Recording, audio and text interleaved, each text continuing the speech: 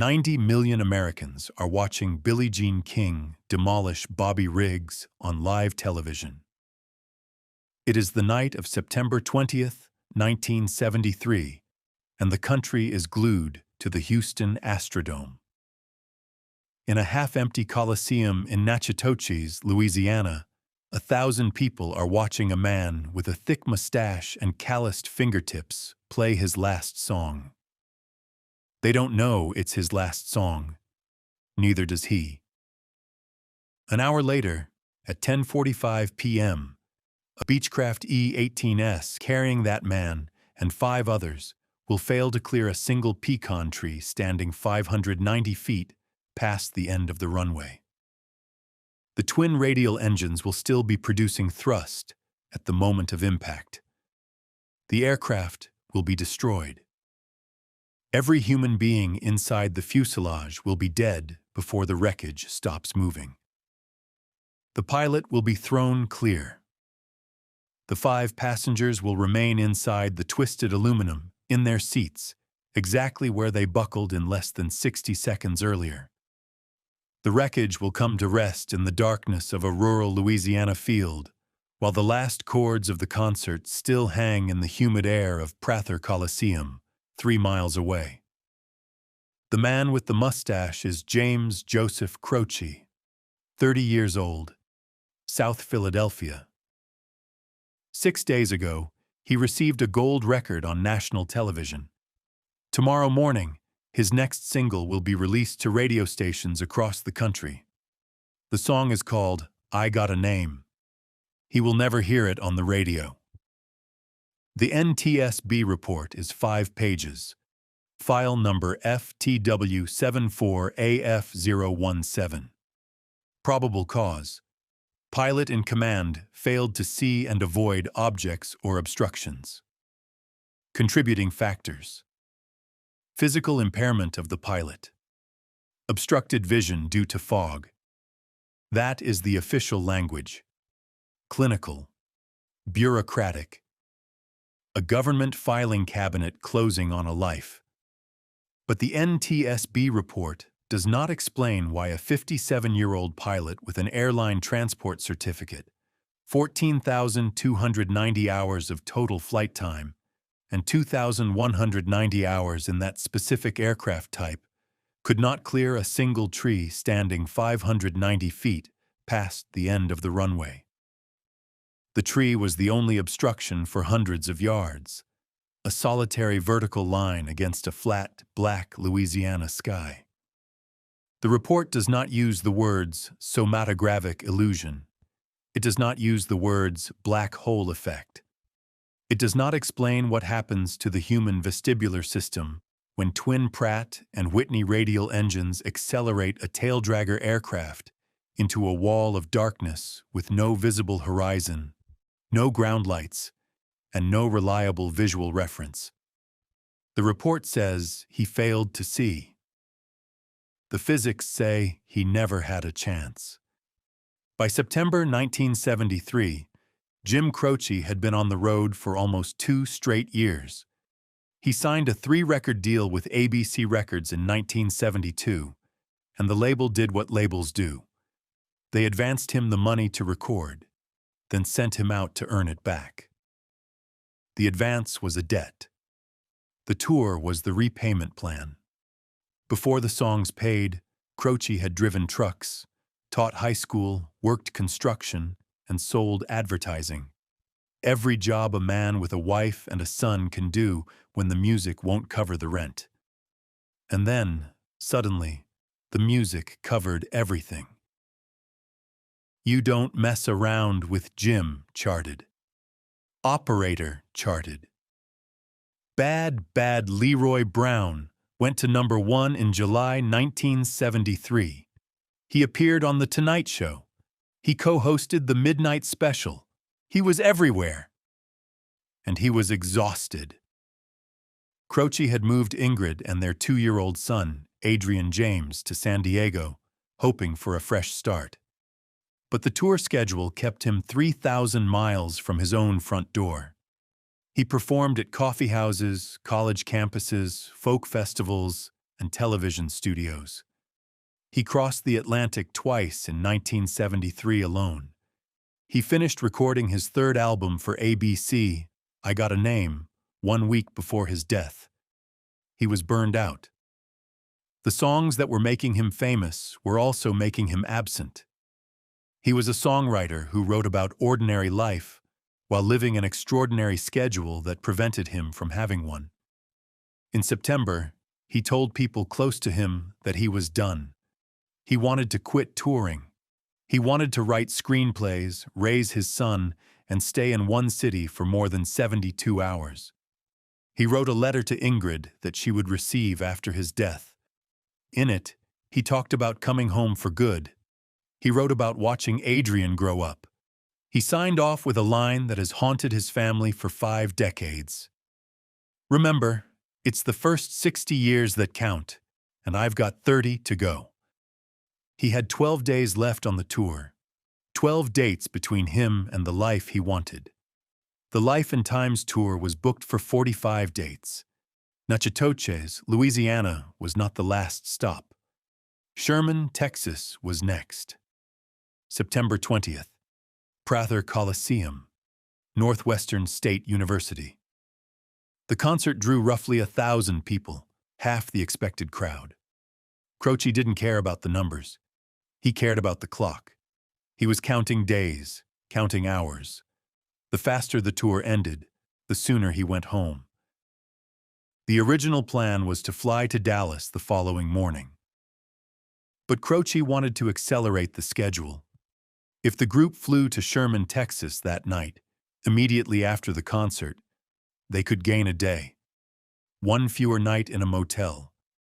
1 step closer to San Diego. A call was made. The plan changed. The charter aircraft was operated by Robert Airways. The booking had been arranged through Mustang Aviation, a fixed-base operator in Dallas, contracted by Variety Artists International, the booking agency managing Croce's tour. The aircraft assigned to the trip was a Beechcraft E18S, registration November 50 Juliet Romeo. A twin-engine taildragger designed in 1937, powered by 2 Pratt and Whitney R985 Wasp Junior radial engines, each producing 450 horsepower.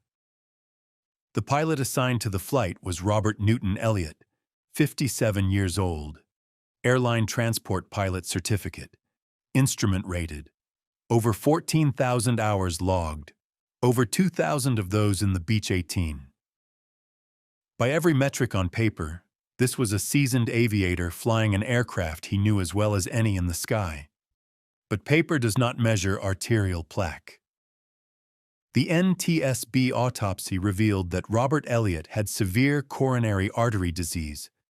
The condition was documented in his medical file. He held a valid medical certificate, but the NTSB investigation would later question whether his physical condition had been adequately assessed.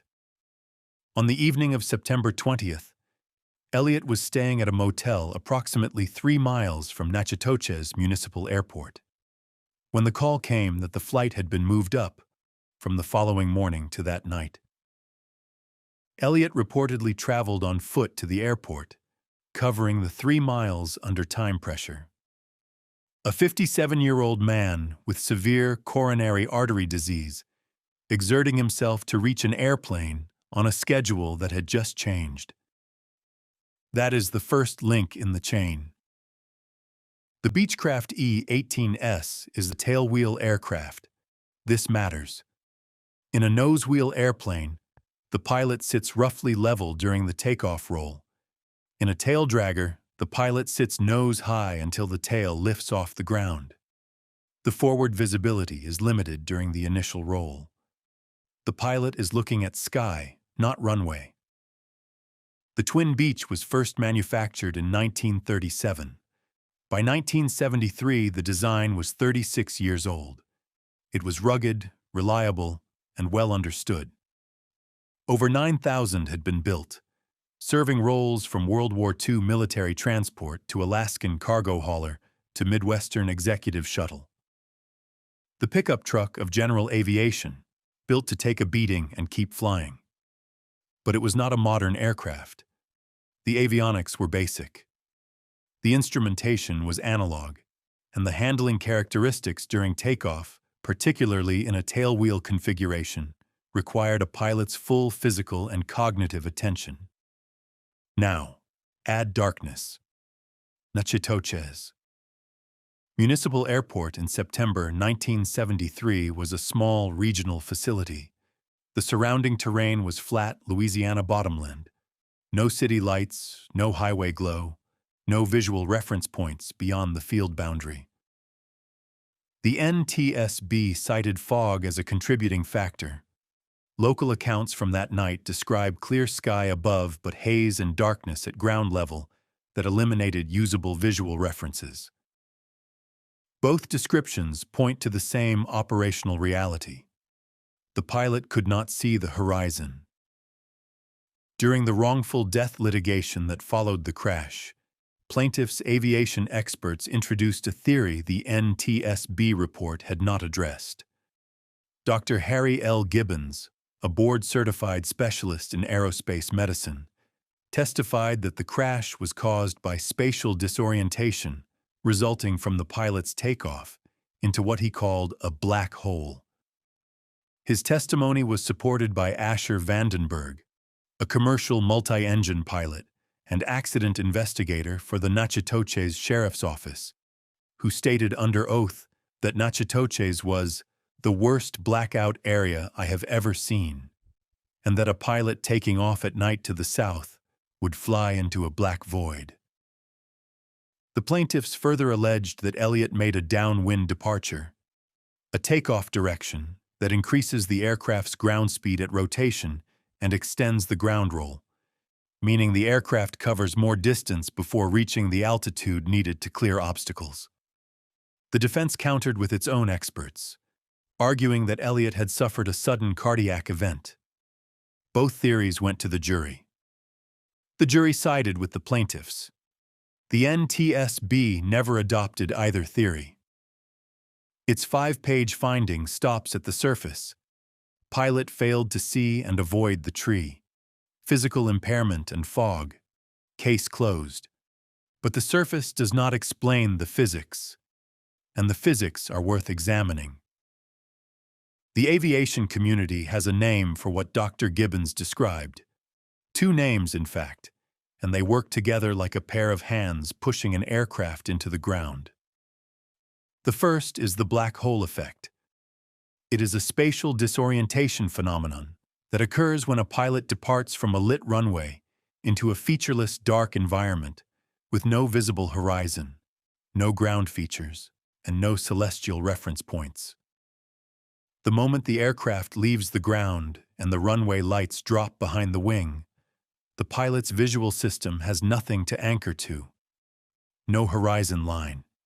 No gradient of light between sky and ground. No visual confirmation that the aircraft is climbing, descending, or flying level. The human eye evolved to navigate a world with a visible horizon. Take the horizon away, and the brain begins to improvise. It fills in the gaps with the only data it has left. The signals coming from the vestibular system, the fluid-filled chambers of the inner ear that detect motion and gravity. This is where the second phenomenon enters the analysis, the somatogravic illusion. When an aircraft accelerates on the runway, the pilot's body is pushed back into the seat. The fluid in the inner ear shifts rearward. In daylight, with a visible horizon, the brain cross-references this sensation against what the eyes see and correctly identifies it as forward acceleration. No problem. At night, in a black hole, the eyes see nothing. The brain receives only one input, the rearward shift of fluid in the inner ear, and the brain cannot distinguish between the force of forward acceleration and the force of the head tilting backward. Neurologically, they produce an identical signal. The brain draws a conclusion. The nose is pitching up, The aircraft is climbing too steeply. A stall is imminent. The conclusion is wrong. The aircraft may be in a perfectly normal climb profile, but the pilot's body is telling him, with absolute physiological certainty, that the nose is dangerously high. The instinct is immediate. Push the yoke forward. Lower the nose. Prevent the stall. The aircraft descends into the black, into the ground, into the tree. This is not a failure of training. This is not a failure of experience. The FAA's own literature states that spatial disorientation accounts for 5 to 10% of all general aviation accidents, and 90% of those are fatal. The somatogravic illusion does not care about your logbook. It does not care about your 14,000 hours. It is a neurological fact, hardwired into the human vestibular system by millions of years of evolution on flat ground. The inner ear was designed for walking across a savanna. It was not designed for a cockpit. A 2007 study funded by the United States Air Force concluded that the black hole illusion remains inadequately understood and under-researched. Simulation studies have demonstrated that pilots flying in black hole conditions descend more aggressively and fly lower flight paths than they intend. Some pilots in the simulations recognized the error at the last moment, but could not recover in time. The fix is simple, in theory. Trust the instruments. The attitude indicator does not have an inner ear. It measures pitch mechanically and displays it without bias. During a night takeoff into featureless darkness, the pilot must make a deliberate decision. I will not trust my body. I will trust the gauges. But the Beechcraft E18S is a 1950s airframe with 1950s instrumentation.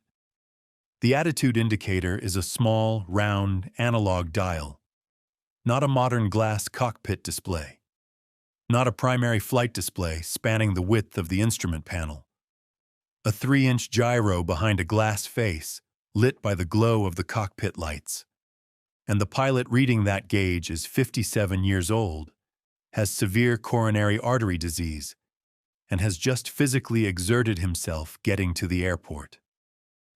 The NTSB report lists 2 contributing factors alongside the probable cause: physical impairment of the pilot and obstructed vision due to fog. The report does not connect these 2 factors to the perceptual phenomenon that Dr. Gibbons argued explains them both.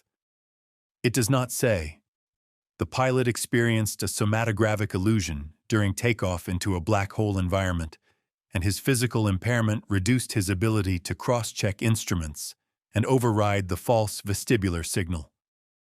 The NTSB never said it. The jury believed it. The conditions that night match every variable the aviation safety literature identifies as a black hole departure. Whether Elliot's hands pushed the nose down because his inner ear lied to him, or because his heart failed him, or because both happened at once, is a question the 5-page report left on the table. What is not in question is the darkness, and what the darkness does to a pilot who has no horizon and no second pair of eyes in the cockpit. The concert at Prather Coliseum ends at approximately 9:45 p.m. Jim Croce walks off stage and into the small talk that follows every show: handshakes, photographs, the polite endurance of a man who wants to be somewhere else. The group loads into vehicles and drives the short distance to the airport. 6 men board the aircraft. Croce, his guitarist and songwriting partner, Maury Mullizan, 24 years old, manager and booking agent Kenneth D. Cortese, road manager Dennis Rast, comedian George Stevens, who opened the show, and pilot Robert Elliott. The aircraft is parked on the ramp. The twin radial engines start with the characteristic cough and roar of the Pratt & Whitney R985, 9 cylinders per engine, arranged in a radial star pattern, each one older than most of the passengers on board. Elliott taxis to the departure end of the runway. The wind is light. The sky above is dark. Fog sits across the flat Louisiana terrain. The runway lights are on. Beyond them, the landscape offers nothing. No city glow, no highway headlights, no farmhouse porch light. An unbroken wall of black. Elliott advances the throttles. The twin Beech rolls forward, nose high in the taildragger attitude. Twin radials hammering 900 combined horsepower into the Louisiana night. The tail lifts. The aircraft accelerates through rotation speed. The main wheels leave the ground. The runway lights begin to fall behind the wing. The aircraft enters the void Vandenberg described. What happens in the next 8 seconds cannot be reconstructed from a cockpit voice recorder, because there is no cockpit voice recorder. The Beechcraft E18S does not carry one. There is no flight data recorder. There is no radar track. There is no ATC communication transcript to consult. The only evidence is the wreckage field and the NTSB's post-crash analysis. The aircraft climbs, or it doesn't climb enough. The NTSB report states that the aircraft failed to gain sufficient height. It struck a pecan tree located 590 feet past the runway end. The Natchitoches parish sheriff, arriving on scene, estimated the aircraft was approximately 30 feet above the ground at the point of impact. The tree was the only obstruction in the area for hundreds of yards. The aircraft did not maneuver to avoid it. A pilot with over 14,000 hours and over 2,000 hours in type did not see or did not avoid the only tree in the departure path. If the somatogravic theory is correct, the sequence would have unfolded like this. The engines accelerate. The inner ear registers the force.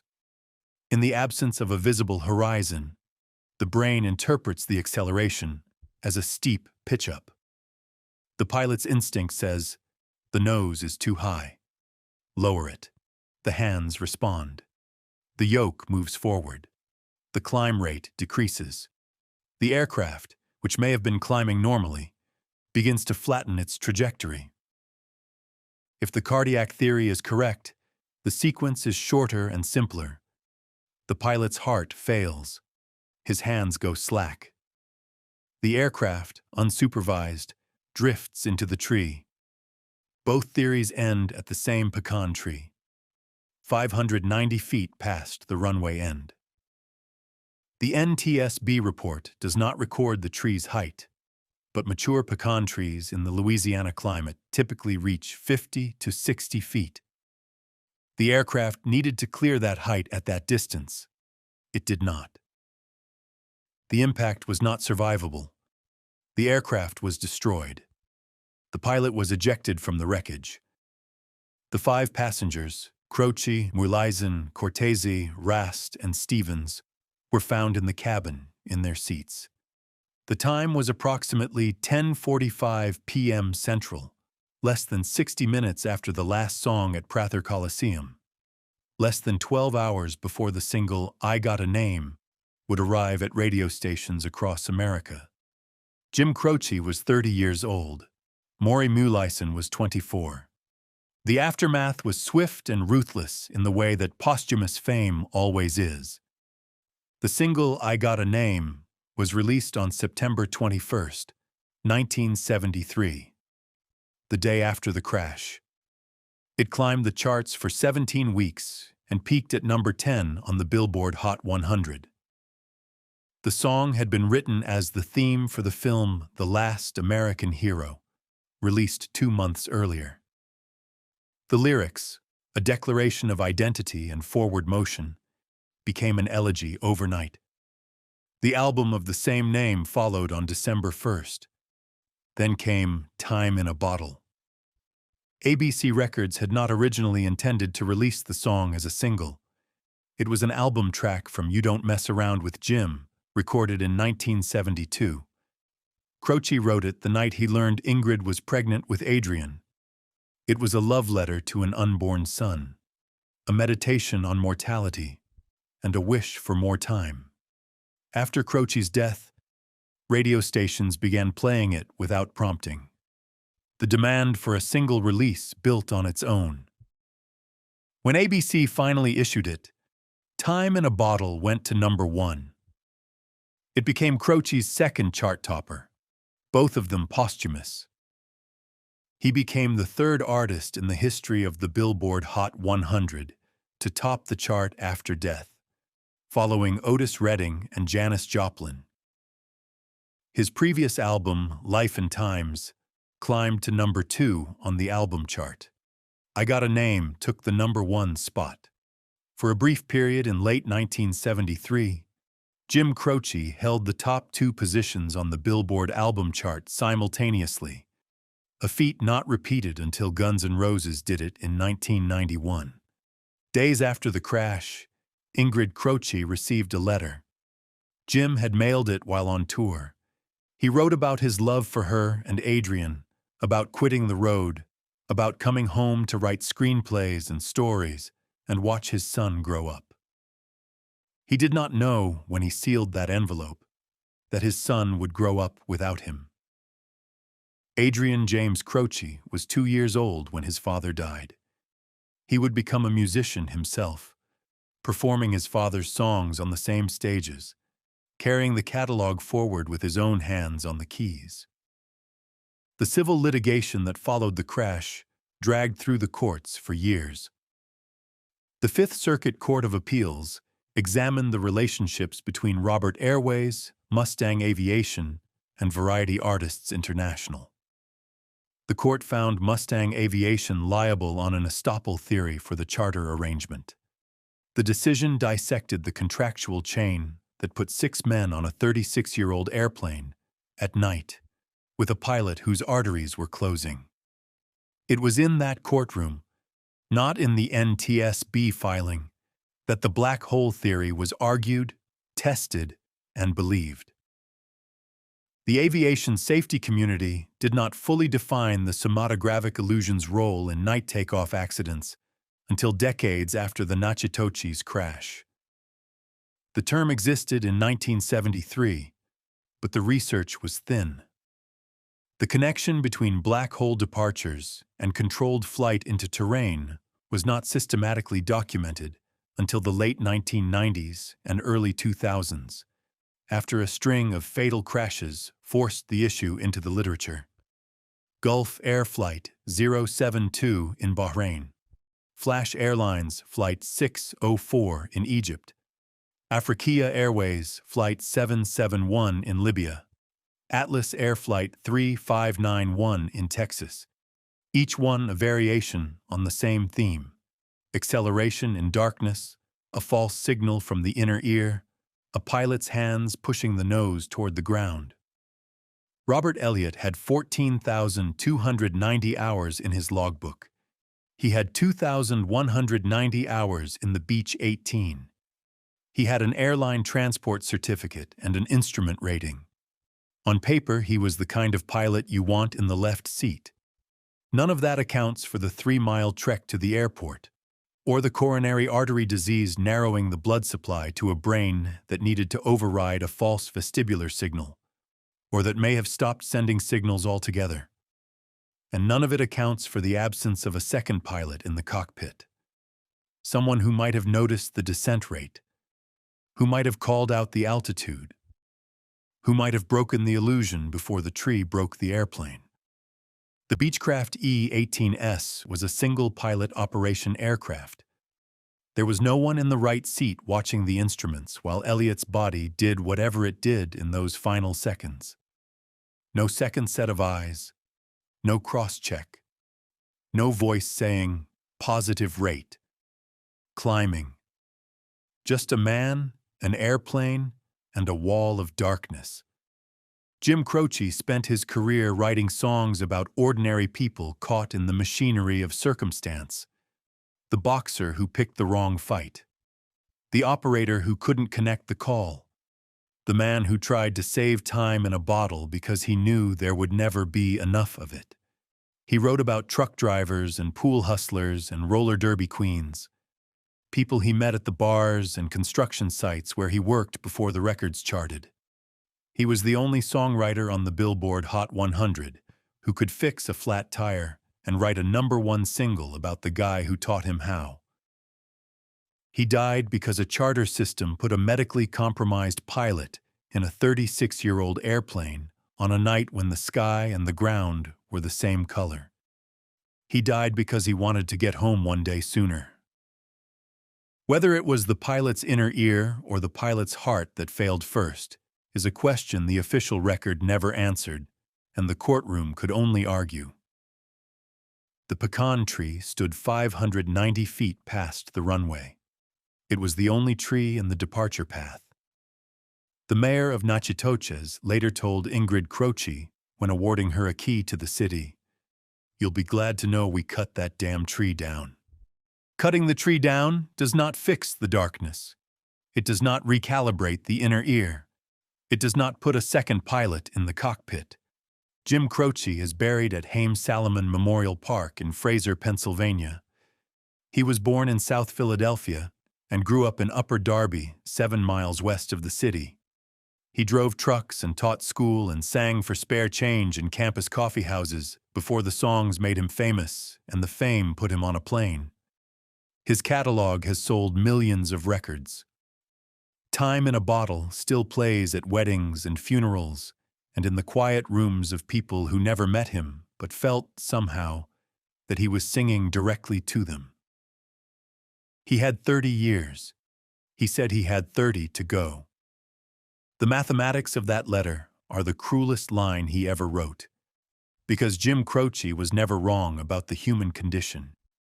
He was only wrong about his own. Every case on this channel begins at the same coordinates: an official report that closed too quickly and a question it left sitting on the tarmac. The question here is not whether Robert Elliott failed to see the tree. He did. The question is whether any human being, strapped into a cockpit accelerating into a featureless void with narrowed arteries and no visible horizon, could have seen anything at all. The black hole does not ask for permission. It does not check your logbook. It takes the horizon, and it takes the truth, and it leaves you with nothing but the lie your own body tells you in the dark. Subscribe and turn on notifications. The next file is already on the desk. The pecan tree is gone, but the darkness at the end of the runway is still there. And so is the question.